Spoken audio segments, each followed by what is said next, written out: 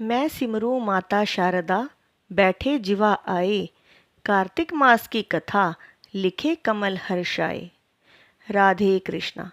प्रिय भक्तगणों, आज इस वीडियो में हम कार्तिक माह के महात्म्य का पहला अध्याय श्रवण करेंगे।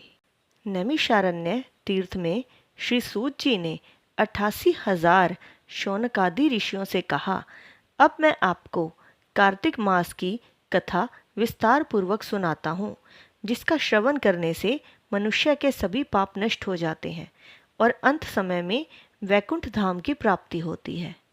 सूत जी ने कहा, श्री कृष्ण जी से अनुमति लेकर देवर्षि नारद के चले जाने के पश्चात सत्यभामा प्रसन्न होकर भगवान कृष्ण से बोली, हे प्रभु, मैं धन्य हुई, मेरा जन्म सफल हुआ।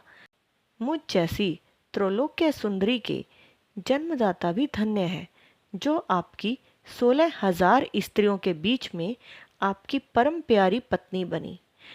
मैंने आपके साथ नारद जी को वह कल्प वृक्ष आदि पुरुष विधि पूर्वक दान में दिया, परंतु वही कल्प वृक्ष मेरे घर लहराया करता है। यह बात मृत्युलोक में किसी स्त्री को ज्ञात नहीं है।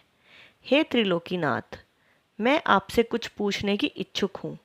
आप मुझे कृपया कार्तिक महात्म्य की कथा विस्तार पूर्वक सुनाइए, जिसको सुनकर मेरा हित हो और जिसके करने से कल्प पर्यंत भी आप मुझसे विमुख न हों।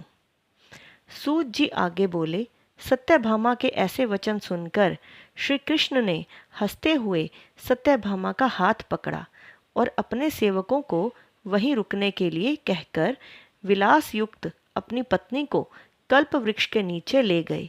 फिर हंसकर बोले, हे प्रिय, 16,000 रानियों में से तुम मुझे प्राणों के समान प्यारी हो।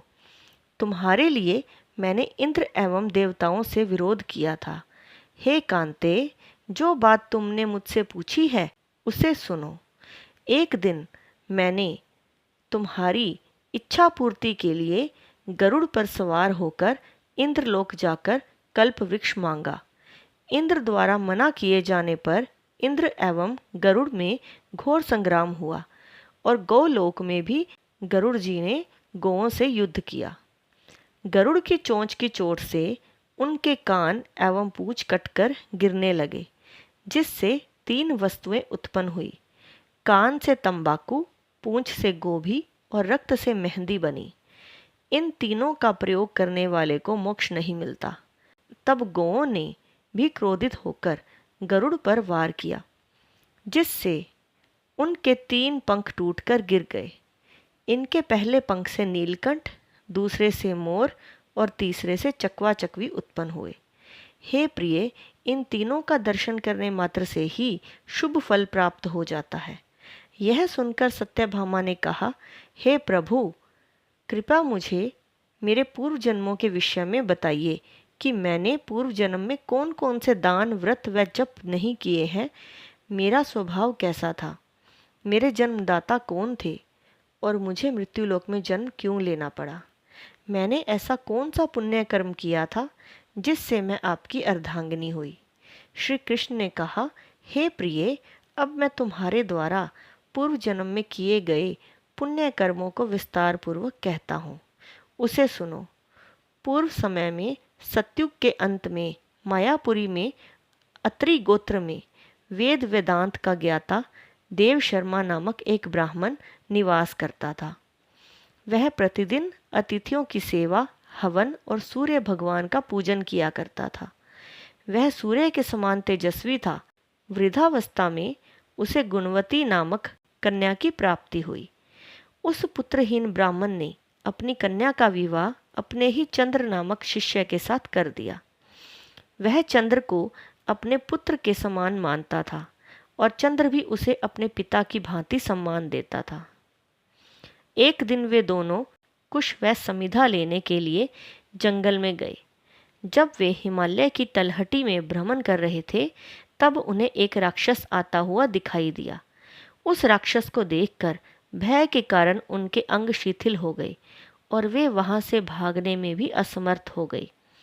तब उस काल के समान राक्षस ने उन दोनों को मार डाला। चूंकि वे धर्मात्मा थे, इसलिए मेरे पार्षद उन्हें मेरे वैकुंठ धाम में मेरे पास ले आए।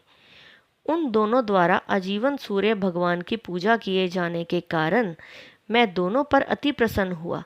गणेश जी, शिव जी, सूर्य व देवी, इन सब की पूजा करने वाले मनुष्य को स्वर्ग की प्राप्ति होती है। मैं एक होता हुआ भी काल और कर्मों के भेद से 5 प्रकार का होता हूँ। जैसे एक देवदत्त, पिता, भ्राता आदि नामों से पुकारा जाता है। जब वे दोनों विमान पर आरूढ़ होकर सूर्य के समान तेजस्वी, रूपवान, चंदन की माला धारण किए हुए मेरे भवन में आए तो वे दिव्य भोगों को भोगने लगे। यहीं पर कार्तिक माह का पहला अध्याय समाप्त होता है। अगले वीडियो में हम दूसरा अध्याय श्रवण करेंगे। तब तक के लिए राधे कृष्णा।